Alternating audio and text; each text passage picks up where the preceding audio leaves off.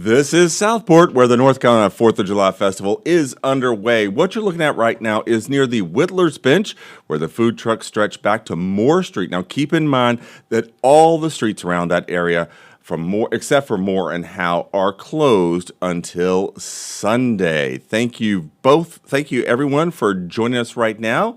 I am here with the one and only Grace Conaway. Thank you. I'm Randy Aldridge, of course. Thank you for taking some time to be with us this morning. Hi. We were just talking about Southport. I know. So you've never my way down there. You've never been. Never been.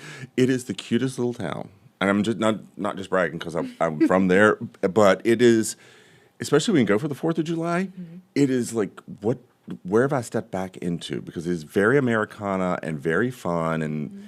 Like there's a craft festival along the river where it sounds like it's gonna be hot, but there's always a breeze and it's beautiful and there's food and things to do and places to go. It's just lovely. And I mean, for my first time being there, I feel like the 4th would be the perfect start. It is, but we were also talking about transportation. Yes. Yep. And Claire and John are here today. We're back. The regular team is back. For those who watch us, I had some people reach out to me yesterday talking about Brad being here and about all of it. But we're the original A team is here. So everybody knows they are thinking about taking the ferry. That's a good way to get there. You still have to come into town and find a place to park, which can be challenging.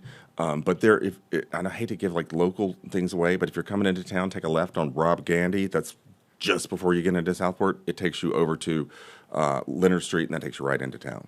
Okay. So there are ways to get around it, but it'll be crowded. Yeah, it will be crowded. Get there early. Yes. I'm going down this afternoon. I'm staying with my family, but if I were going, I'd go early.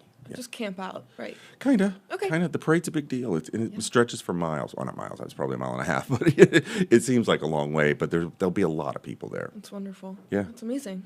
But it's going to be hot, right? Sure is. There's no other way to say it. I know. I was this morning. I'm sure you were watching at 5 and 6 this morning. Of course. Yeah. I was with Gannon, and every time we had to like intro it or do anything, and I was like, "So Gannon, is it going to be hot, or hot, or hot, or hot, or hotter?" We have to get a thesaurus out. Yeah. There's no other words. Yeah. Synonyms for hot. Yeah. I mean, we used blistering hot. We used baking hot, insanely hot. The truth of the matter is, it's July. Right. It is how it is. I know y'all have got first alert weather days, which is when it gets to a certain point to be kind of scary. But you have to think about what you're doing and take breaks and drink water. But right. It's kind of copy and paste right now, right? Yeah, today is the first day of our first alert weather days. It's a 5-day stretch. We have temperatures into the upper 90s for today, but lasting well into early next week. And next week, we also have some storms to look forward to. Now, this timing for this threat is mostly going to be in the afternoon when the sun has had ample time to heat everything up. And with those heat index values ranging anywhere from 100 to maybe a little over 110. So there's always that risk of heat illnesses. So just take it easy when you're heading outside. That weekend forecast is showing 97 for both days. Sunday's looking like our better chance for some rain showers, but still on the slimmer side. So if you have... I gotta just stop you right there. Okay. Chance rain feels like a hurricane warning right now since we've had so little rain for so long. I'm excited. Yes, please, fingers crossed, anything, yes. Yeah. So if you're heading down to Southport for the festival, find shade wherever you can. Pack lots and lots of water. If you're heading to the Battleship for a fireworks show, from what I've heard, it's beautiful every year. I know you haven't seen this. It's not. You can't go to the Battleship. They shoot them off from the Battleship. It's your first time. Just I don't want everybody to think that. No, they shoot them off from a barge and from the land right beside the Battleship. So you would never have known that. So yeah, don't drive to the Battleship. Watch them go to downtown Wilmington. Watch them across the river. Yes. Okay. But there will be people lined up on the roads like around the Battleship because you can see them from everywhere. But you cannot get to the Battleship for this. Okay. Got it. There you go. Just you didn't want to stop. Didn't want you. No apologies needed. This is our first time. You wouldn't have known that. It sounds like when we talk about them because we talk about it. It sounds like that. But just want to make sure everybody knows you can't get to the Battleship during this. Watch the Battleship. Watch them exactly. So I'm sorry. Go ahead. Okay. At the beach. If you're heading to the beach, just remember temperatures are going to be hot, but that sand is going to be hotter. Start your morning off with some water. Pack an extra hat. make friends with someone who might have a shibumi, anything you can. But if you're heading to the water, looking like your better chances, nice breezes, low waves. It's going to be a very calm day. Now, I want to remind everyone we are sitting in a deep drought. Parts of New Hanover County, Brunswick, Columbus, Penner County is about half and half, but still in that drought. So if you're doing any grilling this weekend, keep tabs open on that WECT weather app. If you have any fireworks at home, it might be best to just leave it up to the professionals. But again, looking at the rainfall model, just to show you what to expect into next week. This is this afternoon. Crazy. I didn't mean to laugh out loud. Don't expect much. Yeah. Saturday, Sunday, still looking pretty dry, but by Monday, Tuesday, especially on Wednesday, that's when those rain chances pick up a little bit. Now, it's not going to be much to relieve this drought, but take what we can get, especially this time of this time of year. And that right now, you can see, taking a live look into Wrightsville Beach with that Easy Pro Express Skycam, you can see that water is blue. Lots and lots of beachgoers. In the ocean is kind of your best bet for today. Oh, yeah. Yeah. This is a good time to, like, sit at the edge with your feet in the water. Put that beach chair right into the water. Temperature is sitting in the lower 80s, but by this afternoon, that's when things heat up into the mid to upper 90s. Feels like values again into the triple digits. So it's going to be sweltering. Switch it up from hot. But tonight, things cool off into the muggy lower 70s. Mostly clear skies, so you'll be able to see the moon and the stars, but still pretty muggy. And that 7-day forecast is showing that 5-day stretch of first alert weather days. Then extended day forecast is showing cooler temperatures still in the 90s and a higher chance of rain, especially on Tuesday and Wednesday. 60% chance of rain. That is that's hopeful. That's hopeful. Yeah, exactly. Wow. Right. And I always tell people I didn't mean to cut you off about the battleship. Oh, that's okay. But you can really see these fireworks from Wilmington a lot of places. And people will be parking on the streets on the other side of the river as well. But downtown Wilmington is your best bet. The parking decks will be packed, so that's another time. Get there early. And grab some dinner. Enjoy dinner and some time down on the river walk that. So that was you made it sound like we weren't going to actually die from the heat, but it is good to remember. Yeah, take it easy. This isn't anything to take lightly. Yeah. It's just like stepping outside. It's just like in your face. Yeah. Now, luckily, humidity, at least for today, is still on the lower side. So, but this weekend, maybe extra hairspray or something. I'm wearing a hat to that parade tomorrow. Yeah, there's just I would have a nice floppy hat. If only, because we're all doing the parade. You would be a guest, but Claire and John and I were working the parade, so I just got the word that there's going to be a cooler full of water. Did y'all know that? Yeah. Nobody tells me anything, John. And some donuts. I hope there's food. I hope there's something there. But so it's going to be hot if you come down. Be prepared. It will be prepared. But also know, and we've been talking about this all week. If you're feeling lightheaded or dizzy, those are like warning signs of heat exhaustion. Electrolytes, definitely. Drink that on your way down to Southport. Keep liquid IVs in your purse, pockets, anything. Yeah. Well, look at you. You're like such a pro now. Last time, I think, was it your first or second time? Yeah. This is your second time or third? This is, I think, my third or fourth. Wow. Yeah. It's funny how you relax into it eventually, isn't it? It gets much easier. You're just like, okay, I know what's working here. I know what's up. Yeah. Once you get through 1 year of all these events that happen around here, all the same ones happen all the time. And then not that they're not all great, but you'll learn like, okay, the best place to do this is. Yeah. And I'm definitely not excited for my first hurricane, but that'll be a change of pace. So learning everything, doing the coverage for that. That'll be John. She's excited for her first hurricane. Not the actual hurricane. I know what you meant. I know exactly what you meant. Listen, meteorologists during hurricanes do the heavy lifting. Hurricane Florence lasted like 11 years or so. It felt like and I was at a different station then, but here, and they'll say the same thing here. It went on forever, so it got. Really, like the meteorologists were like on camera, on air so much. It was just insane. Yeah. It was just insane. So get ready. Get ready. You'll be like looking up, in your thesaurus looking for new ways to say rain every single time. I need something else. Exactly. And we're not laughing about hurricanes. We want to make light of laughing about the verbiage. Yes, exactly. We always have to have a good laugh in here. Well, thanks for coming to Randy Land here on the last day of my 50s. The last day of my 50s. Oh my gosh. I want to crawl under my bed until it passes. You got to make the most of it. 2 birthdays to celebrate tomorrow. Well, mine's clearly the most important. Obviously. That parade's for you. When I was a kid, first of all, we did this morning on the news. I figured I've been to 58 of these. Wow. Yeah. You started young. I've only missed 2 of them. That includes the one I was born, because I was born early enough in the morning that my mother could watch the parade from the hospital, because that's where we were. And y'all will laugh about this, because this is how old I am. So when I was born, the hospital in Southport, that was the only place in Brunswick County that had an elevator, and it broke so much that my mother, in labor, was afraid to get in it. She's like, I'm not having a baby in an elevator. So she climbed the stairs to do it. Yes, but she was awake in time to see the parade. Amazing. Yes, I think so too. All right. Well, we know it's going to be hot. It's also going to be a great weekend for one spot in the state that does the 4th like no other place. We've been talking about it already. That's Southport. The festival has been going on for almost as long as this country's been around. Our own Delaney Tarpley took a look at how it's changed over the years. It's Southport's busiest weekend of the year. People coming from near, I live here, and far. and I come all the way from Maryland. All for one purpose, celebrating America's 250th birthday during the official North Carolina 4th of July festival. Mother-daughter duo Leanne and Peggy say they couldn't imagine doing the 4th anywhere else. First year I came down was 4 or 5 years ago, and I was like, it'll just be another celebration, and I was mind blown, and I have been coming back every July 4th since.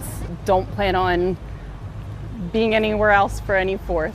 It's a tradition in Southport. The first mention of a 4th of July festival can be found in a newspaper dating back to 1795. By the 1950s, it had been rebranded to the Live Oak Festival. But the festival we know today really started to take shape in the 1960s. And since then, it's only grown from there. It's a win-win. You get small town most of the time with tourists, and then you get the once a year blow up of everyone on the continent coming to North Carolina. The 2026 festival, which is a 7-day event, started last Saturday. The most exciting events are still to come. Friday, 50 people will become U.S. citizens in the annual naturalization ceremony. Saturday, the actual 4th of July, will bring the parade and the highly anticipated fireworks show. Longtime Southport resident and business owner Kathy McVie has advice for people coming in. From my point of view, is always hot. So be prepared for really hot weather. Wear comfortable shoes because you're going to be walking around a lot. Carry water. But most of all, make sure to enjoy it. You come here to celebrate, and you really do get the celebration of a lifetime. Here's another tidbit for you. When the festival actually began just after the Revolutionary War, when Southport and its harbor were one of the largest on the East Coast, it was called the Festival of Free Men. For more details on the 4th of July festivities in Southport and across the area, look for this story on WECT.com. And if you can't make the parade in person tomorrow, well, we're going to give you the chance to watch it from home. WECT will stream the parade live on our website and over the air on WECT 6.3, the 365. I'll be there with Gabe Ross and WHQR's Rachel Lewis-Hilburn and the full team from WECT. We're covering this event. It happens tomorrow, of course, at 11 a.m. You can tune in also from 7 to 8 tomorrow night for our parade recast right here on WECT. A few local headlines for you on this Friday morning as we cover the Cape Fear. First up, the town of Leland accusing the town of Belleville of illegally annexing some land. In the complaint, Leland says 2 disputed properties on Chapel Loop Road sit closer to Leland than to Belleville. So Leland is asking a judge to throw out both annexations so Belleville will stop having authority while the situation plays out in court. Leland also asking to be reimbursed for the court costs. New Hanover County needs 225 more hospital beds, and 3 major health systems are now competing to build them. UNC Health, Atrium Health, and Novant all have filed plans with project cost ranging from about $236 million to more than $850 million. A public hearing is set for August 20th, and written comments are due by July 31st. We are now hearing the chaotic moments following a deadly shooting in downtown Wilmington at a bar there, and police just releasing these 911 calls after last month's shooting at a bar called Unhinged. You can hear a caller trying to get people to safety, thinking the situation was much worse. What is the address of the... Yeah, we have a active shooter and Unhinged. Active shooter and Unhinged. This way. No, this way. Guys, get out, go out now. No. Guys, save yourselves and go. That shooting June 6th killed Amir Moore. Traquan Malik is charged with his murder. At this time, it is still unclear what led to the shooting. In a WCT investigation, 6 members of Wilmington City Council, along with the city clerk and the legislative affairs director, went to the nation's capital in March. Receipts show they spent about $30,000. Connor Smith reports.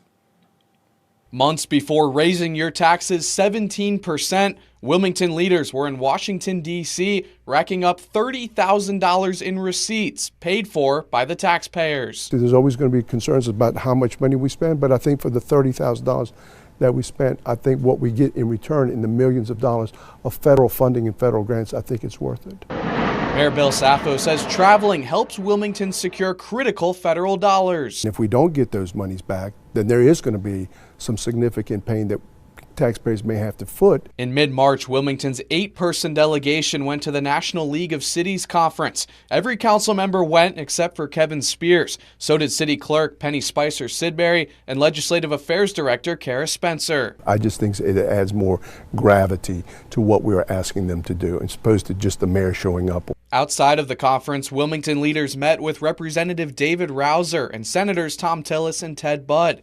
Mayor Sappho says they also met with EPA, FBI, DEA, and White House officials. These are not what I would say fun trips, but they're trips where we can speak to our elected delegation as to how important these issues are. Some of those issues include funding for FEMA, PFAS regulations, and the Cape Fear Memorial Bridge replacement. The city says working with federal partners has helped with the Riverfront Bulkhead Replacement Project and the Wilmington Police Department's drone program. There's a significant amount of things that are happening in Washington that could affect our citizens here. But spending as long as 6 days in D.C. means spending more tax dollars. We try to do our best to try to limit the amount of money that we're spending and try to be as prudent as possible. Records show Wilmington officials each spent between $3,000 and $6,000 on the trip. That included thousands of dollars for conference registrations, flights, gas, meals, and hotels. Records show hotel stays at 4- and 5-star hotels, including the Watergate Hotel. The total cost of the trip, $30,149. That includes this bill for nearly $1,000. It was for a private car service that took the group between different meetings with federal government officials on March 18th. The cost, $931.50. It also includes this $463 bill for a group dinner at the Hamilton, a restaurant near the White House. The receipt shows taxpayers paying for crab cakes, scallops, and fish. For that amount of money, is it worth it? Well, it just happened to be that we were at that particular place, and this is what they told us to go to, so we went to the Hamilton, and that's what we ate. 2 weeks ago, City Council passed their new budget with a nearly 5-cent tax increase. City leaders cited more funding for police and fire, along with paying city employees more as the main factors. I asked Mayor Sappho about the optics of raising taxes while spending thousands on out-of-town travel. I don't think the optics are ever going to be favorable to anybody going out of town. I think anybody that's watching this will say they shouldn't be going anywhere. But our job is also to make sure that we're getting the amount of money back from the federal government that we all feel we deserve. Receipts show this year's trip to Washington cost Wilmington $10,000 more than last year. So as the cost of travel increases, the mayor says so does the cost of doing business. All right, how about some really good news? William Everett from Brunswick County took a chance on a lottery ticket from Rosie's Gas and Grill, and guess what? It paid off. The $30 scratch-off came up big with a $100,000 win. After taxes, he took him over $72,000. We're going to take a look around the state in the southeast this morning. Some potentially good news for North Carolina. After being the only state in the nation without a budget for over a year, legislators in Raleigh have finally delivered one to the governor. The plan includes raises for government employees, updates to the tax code, and funding for struggling agencies. The vote received bipartisan support, passing the House with a vote of 88 to 21 and the Senate 35 to 10. The new budget includes teacher raises. However, there are some educators who are saying that it still falls short. Forrest Tucker got some reaction. Every day, the teachers are like, are we going to get a raise? Are we going to get anything? Something is better than nothing. That's the sentiment from North Carolina teachers we talked to after the General Assembly passed the state's first budget since 2023, which included multiple pay bumps for them. If I don't pay my Duke electric bill for 3 months and then I pay it off, I don't have a press release about how I did a historic utility payment.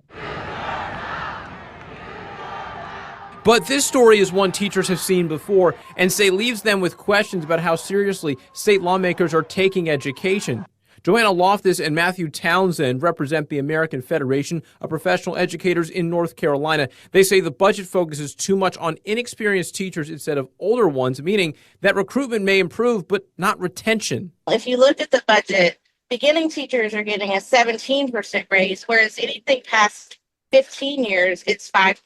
You see teachers cannot recommend the teaching profession to their children, to the children that they teach, to their friends and family. Going forward, teachers unions like the AFPE say they need to pressure state lawmakers more to stop what they say is an education crisis in public schools. We're going to look at their voting records, and we're going to look at how they support public schools. And if they're not supporting public schools, then there's an election in November. To me, it doesn't matter if you're a Democrat or Republican. Do you stand with public schools, and does your voting record say that? Make sure to check our website and our app for more details on the budget and for the latest as we wait for Governor Josh Stein's decision on signing it. And new this morning, Governor Stein has signed a bill that increases criminal penalties for people convicted of exposing minors to obscene material. The bipartisan legislation raises the punishment for disseminating obscene material to minors from a misdemeanor to lower level felonies in some cases, and to more serious felony charges as well. The toughest penalties apply when the victim is younger than 13. The bill also increases the penalty for exhibiting harmful performances to minors. It also has new changes to laws on human trafficking. Looking at some national and international news now, Iran's former supreme leader, Ayatollah Ali Khamenei, is set to be laid to rest after a sprawling multi-day funeral ceremony planned as both a religious and a political spectacle. NBC's Richard Engel has details from Tehran. Security here in Tehran is tight as preparations are underway for a massive state funeral and procession here in Tehran for the late Supreme Leader, Ayatollah Ali Khamenei, who was killed in a joint U.S.-Israeli operation on the first day of the war. The mayor of Tehran says this could be perhaps the biggest public gathering this city has ever seen. Organizers are expecting 15 to 20 million people to come to Tehran to pay their respects to the late Supreme Leader. Right now, his body is lying in state, being visited by dignitaries. Tomorrow, that will be open to the public. And then Monday is the big event when millions of people are expected to gather in the streets here in Tehran. And preparations are underway to make sure that they all have water, that they will have places to stay. People are being told if they arrive in the city to just leave their cars on the highways, turning them into parking lots, and to just come into Tehran by foot or on public transport. All public transport has been made free. This will be an enormous event. Some foreign dignitaries have flown in. The airport is open. Public services are functioning, water, power. So for many Iranians, and particularly for the Iranian government, this is a state funeral, but also something of a victory celebration. And a senior Iranian military official has warned the U.S. and Israel of, quote, harsh and regret-inducing responses if they attack the country during the ceremonies. Back here at home, the Trump administration is not giving up on the Lincoln Memorial reflecting pool after Independence Day. The Department of the Interior is soliciting bids right now for a contractor to keep it clean in the long term. Whoever is hired will be responsible for daily maintenance. That would go beyond just keeping the water clear. It would also involve boots on the ground to remove leaves, debris, and dead animals in and around the site. Before that maintenance can begin, however, The pool needs repairs. The National Park Service plans to drain it and fix it after the 4th of July. And the saga of issues with the pool now includes a former Olympian. David Hearn has been indicted by a grand jury in Washington, D.C. after he reached into the reflecting pool. Hearn was arrested last month by park police after he touched a flap of blue material that had partially detached in the pool. Well, now he is charged with 1 count of destruction of property and faces a penalty of 10 years in prison if he's convicted. The indictment said the grand jury found that he maliciously did injure, break, and destroy the lining material of the pool. Hearn, a 3-time Olympian, says he did not vandalize the pool and was simply curious. Hearn's attorney in a statement said his client is innocent and called the charges, quote, outrageous. And President Trump has blamed vandals for the pieces of that blue material that have partially detached. And U.S. Attorney Jeanine Pirro has responded to the allegations against Hearn. Take a listen. We will not allow our sacred monuments to be roped off, defaced, or diminished, or in any way impacted by disgruntled individuals who think that they, and not the rest of the nation, have the right to decide what should happen. We're going to move now to Arkansas, where state officials are honoring the very first Walmart with a historical marker. It opened July 2nd, 1962, and would go on to become the massive success that we know, and it's now on a global scale. Tia Green reports. This is the moment the sign was unveiled. Shay Lewis from Arkansas Department of Parks, Heritage, and Tourism says they chose the first Walmart site because of its lasting impact on the community. You can't think of Arkansas and not think of Walmart. The first Walmart store in Rogers served as the testing ground for Sam Walton's Everyday Low Prices model, which would go on to transform retail across the country. Employees say there is still a strong sense of pride from working at Walmart. And this store had a monumental task in terms of proving a concept that not only worked here in Rogers, but then could be duplicated across the country. And the beauty of it all was that it brought everyday low prices to people who otherwise wouldn't have access to it. From that single store, Walmart expanded into one of the world's largest retailers, according to Fortune 500, changing how goods move from manufacturers to shelves, from buying from suppliers. This painting shows what the first Walmart looked like when it opened. The impact that Walmart has had on Northwest Arkansas, on Bentonville, on Rogers, on Arkansas, and then on the world stage. And so, to come here at this time and acknowledge that history and put it in a permanent form that will last and stand the test of time, I think is both appropriate and responsible, but I also think that it's great for the life of the community. All right, today we are in the thick of 4th of July celebrations locally and across the nation. Let's break down some things you need to know. First, if you're looking for fireworks, it happens tonight. Carolina Beach has a show for you. There'll be live music by the Carl Newton Review, and the show's all free. It's at the Carolina Beach Boardwalk starting tonight at 6. And in Surf City, they've got an Independence Day celebration as well. There'll be live music there by the Catalinas. They'll also have food trucks, giveaways, and of course fireworks. That celebration is at Soundside Park, also starting at 6.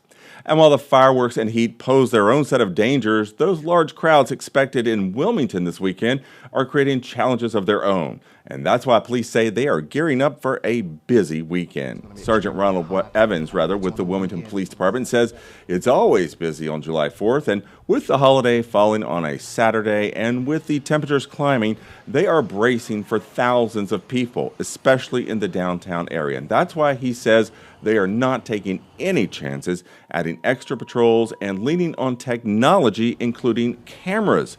He's urging everyone to celebrate, but to do it safely and smartly.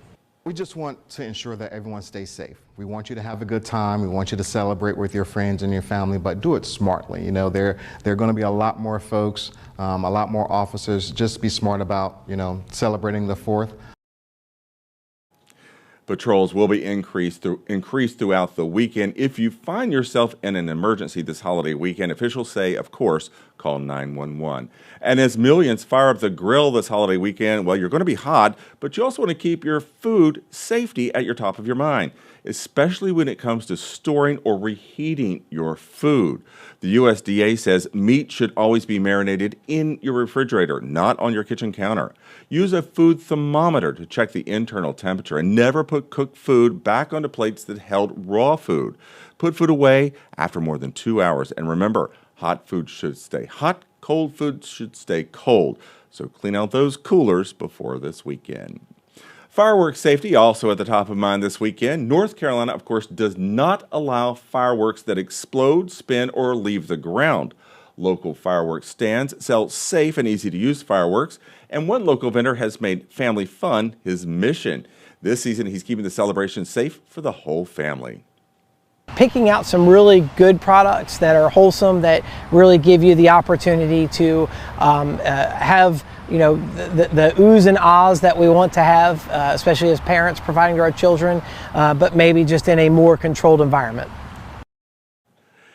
And those same 4th of July fireworks that thrill many humans can frighten your pets. The American Kennel Club says more animals go missing on this holiday than any other day of the year. To avoid that, experts suggest that for parents, consult with their veterinarians. You can also put as many walls as possible between your animals and that noise. Experts say that tiring out or distracting your pet with activities can also help. And in Southport, Dozier Hospital says its emergency department will remain open throughout the 4th of July, despite road closures all around it. Officials say most festivities will not impact access, but North Howe Street will be closed to vehicles on Saturday from 10 till about 12:30 for the parade. If you do have something life-threatening or serious, call 911. If you're driving yourself during those parade hours, Dozier is recommending you use alternate routes like NC 211 to River Road. And the holiday weekend, of course, has begun with those fireworks sparking a brilliant display in the sky over Boston, and a whole lot more on the way as Americans from coast to coast get ready to celebrate the nation's 250th anniversary.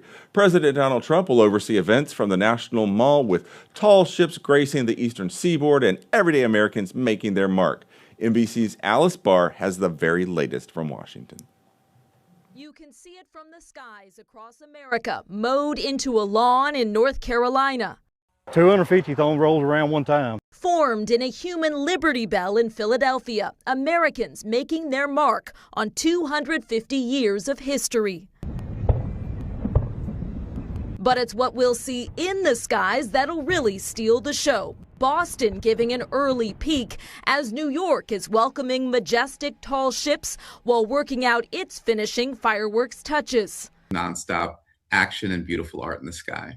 And in Washington, D.C., final preparations for what's billed as the world's largest fireworks display. At least 100 times more than an average 4th of July display that you would see. President Trump is set to speak on the National Mall for the Freedom 250 Salute to America. Right now you have the hottest country anywhere in the world, and we do. The event's start time now delayed from 1 to 5 p.m. because of the triple-digit heat. Organizers urging everyone to stay hydrated, as other celebrations have already been hit by heat emergencies. Here in Berks County, Pennsylvania, EMTs lost count of how many people they had to help. It was that busy, we just lost count here. The heat is not keeping travelers home, with airports seeing a surge, just as storms in the south forced flight delays and overheated tracks delayed or canceled some trains. AAA estimates more than 72 million Americans will travel for the holiday. 4th of July has always been my favorite holiday. Americans eager to celebrate a milestone 4th of July, as officials urge everyone to keep an eye on the heat as well as the skies. Ahead of the holiday weekend, a new jobs report is casting a bit of a shadow, showing hiring slowed to 57,000 jobs added in June, the lowest since February. The report also revised down numbers for April and May. Wall Street, though, hit a record high on hopes the report makes an interest rate hike less likely. In Washington, Alice Barr, NBC News. And record-breaking heat is having an impact on one of the biggest celebrations in the country for the United States' 250th birthday, with organizers of the Freedom 250 Salute to America delaying events from 1 to 5 p.m. because of the expected triple-digit heat in Washington. All this comes as President Donald Trump is preparing to visit Mount Rushmore ahead of the celebrations. Gabe Gutierrez is with us now on all of that. Start time from 1 to 5 p.m. because of the expected triple-digit heat in the nation's capital. This scary moment taking place during a rehearsal, a piece of the set falling, nearly hitting some of the performers. A Freedom 250 spokesperson telling NBC News everyone is safe. President Trump saying he won't be deterred by the heat. It's going to be approximately 107 degrees out.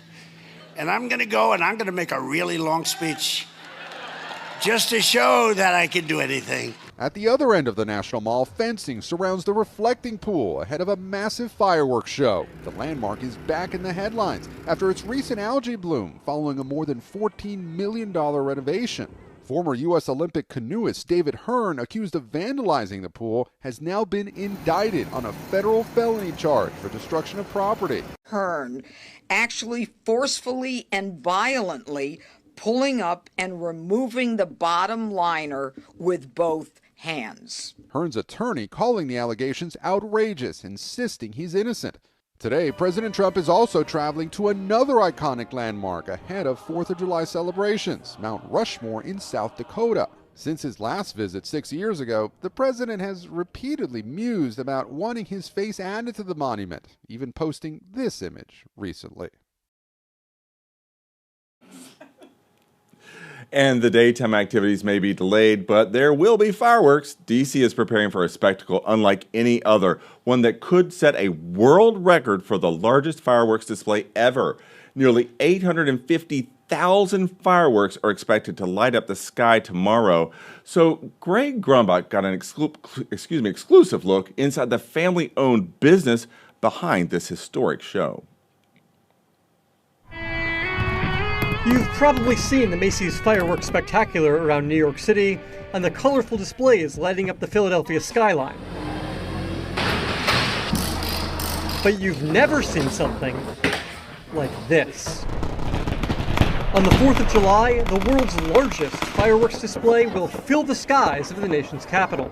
But before it gets up there, it starts here, in this warehouse and that shack, in Newcastle, Pennsylvania. A fifth-generation, family-owned fireworks company. Talk to me about how this all came to be in 1889. Well, at its core, it's about the American dream. Our business... Stephen Vitale is the CEO of Pyrotechnico, a business started by his great-grandfather in a small Italian town before he brought his expertise to America.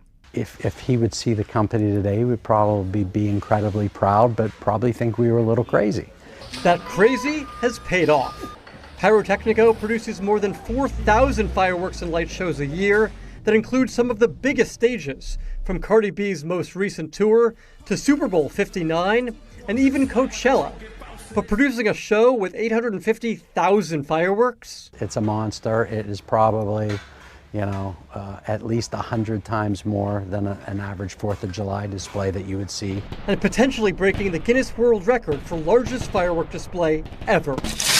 Dozens of workers, many of them close family and friends of the Vitale clan, are carefully planning and painstakingly ensuring the fireworks are ready to spark joy. Clocking in at more than 40 minutes long, the show took months for Jason Farrell and his team to design. When you first got word that you'd be involved in planning the world's largest fireworks show, what was your reaction? Here we go. Farrell traveled the world, from Spain to China, looking for just the right fireworks. Each country kind of has their own take on how they create fireworks, so everybody has kind of a specialty of what they do. Show me a little bit of what the show's going to look like. Yeah, so all the way down along the reflecting pool, we've got West Potomac Park, and we've got all the barges, and each of those yellow dots is a separate firing position. Finale goes off, the job is done. How are you going to feel? Hearing the applause at the end is always the best part of what I do. There's something about the feeling and the honor of doing a fireworks display on the 4th of July in Washington, D.C. I mean, it's Independence Day at its best. Gary Grumbach, NBC News, Newcastle, Pennsylvania. Wow, how cool will that be? Well, the news is not so exciting in Philadelphia, and it's not happy. The city where the Declaration of Independence was signed has canceled its Independence Day parade. And for that, you can blame the weather. Extreme heat forced Philadelphia to cancel its Salute to Independence 250 parade scheduled for today. The massive celebration was set to have participants from every single state. However, the city of brotherly love is expected to get hotter than 100 degrees, with humidity making it feel like 111. Organizers tried to save the event by shortening the route due to these heat concerns, but ultimately they decided to cancel it. And in New York, they are bringing New Year's Eve celebrations into the summer. That famous ball drop is happening again tomorrow. With a preview, here's Emily Akita. For more than 100 years, crowds have gathered in Times Square to ring in the new year with its famed ball drop, evolving from wood to aluminum to red light bulbs symbolizing an apple in the 80s. But now, for the first time, the holiday centerpiece will shine outside of New Year's Eve. The latest iteration, called the Constellation Ball, will drop at midnight to mark America's 250th birthday. It's a special city for our country's history and a special day, so makes it all the fun. Kicking off a series of celebrations on land, at sea, ho! Ho! and in the sky. That's Craig on a fighter jet. Saturday morning, a parade of 47 tall ships from around the world are set to sail from under the Verrazano Narrows Bridge, past the Statue of Liberty, and up the Hudson River. And our team will be along the way, marking the largest maritime and aerial gathering in U.S. history. Back at the crossroads of the world. And each of these are individual crystals, 3 different sizes, representing life, liberty, and the pursuit of happiness. Former U.S. Treasurer Rosie Rios, who heads the bipartisan initiative America 250, says she remembers the hope she felt from watching the bicentennial celebrations as a young girl. What do you hope for the people tuning in and watching the ball drop? Well, it is such a great symbol of who we are as a country, kind of a unifying force, bringing us all together. I want them to feel like this is still the land of opportunity all over again. The show-stopping celebration will be accompanied by a star-studded lineup of performers, including one of the most decorated artists in country music, Brad Paisley. The music played, we held each other close.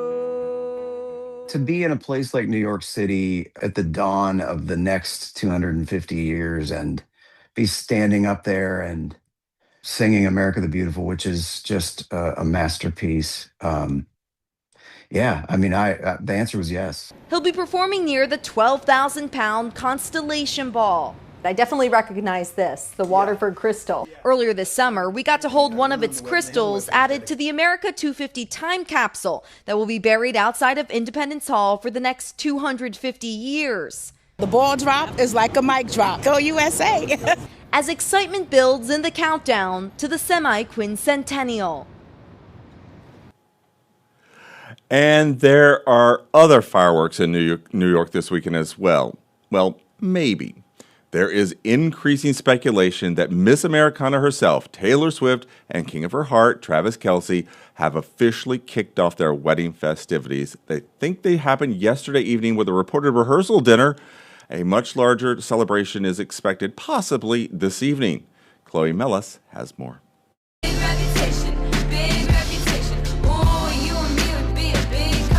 It's the talk of the town. Festivities for Taylor Swift and Travis Kelce expected to begin at Madison Square Garden in a matter of hours. Overnight, the iconic arena lit up in a lavender haze. A silver Chevy Suburban, similar to one the superstar's been spotted in before, pulling in ahead of what was believed to be Thursday's rehearsal dinner.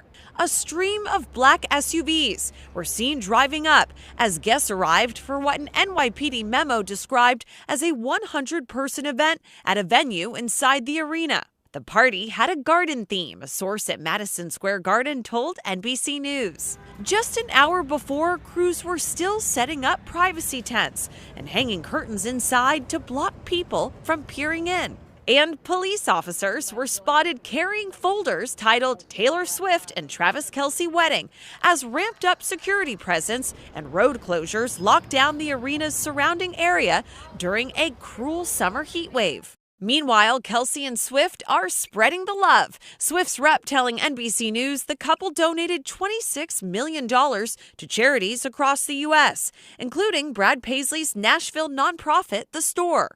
I am so excited for Taylor and Travis's wedding, and I am absolutely flattered beyond belief that they chose our charity. But Paisley played it coy when asked if he'd be attending the event. I'll say it's very likely that I'm going. Swifties stuck outside without an invite, still eager for any glimpse of the lights, the party, the ball gowns. We heard that this is happening, so we had to see it for ourselves.